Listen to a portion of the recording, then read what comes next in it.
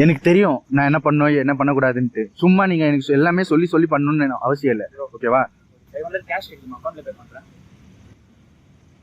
சரி இருங்க, நான் பண்றேன்.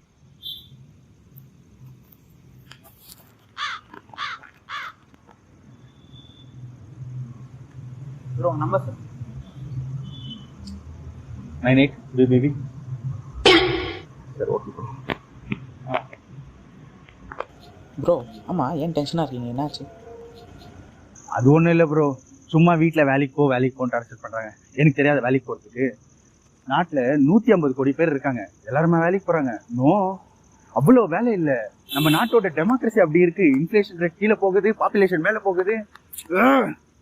அதை விடுங்க ப்ரோ, படித்த படிப்புக்கு வேலை கிடைக்க மாட்டேங்குது ப்ரோ, விடுங்க. இப்போ அமிச்சல அதுதான் என்னோட வாட்ஸ்அப் நம்பர். உங்கள் ரெஸ்யூமே எனக்கு ஃபார்வர்ட் பண்ணுங்க. நான் ஒரு கம்பெனியில் ஹெச்ஆராக தான் இருக்கேன். உங்களுக்கு வேலை கன்ஃபார்ம். ஓகேவா? ரொம்ப தேங்க்ஸ் ப்ரோ. வேலை கிடைச்சிச்சு சார். ஆமாம் ப்ரோ, உங்கள் குவாலிஃபிகேஷன் என்ன?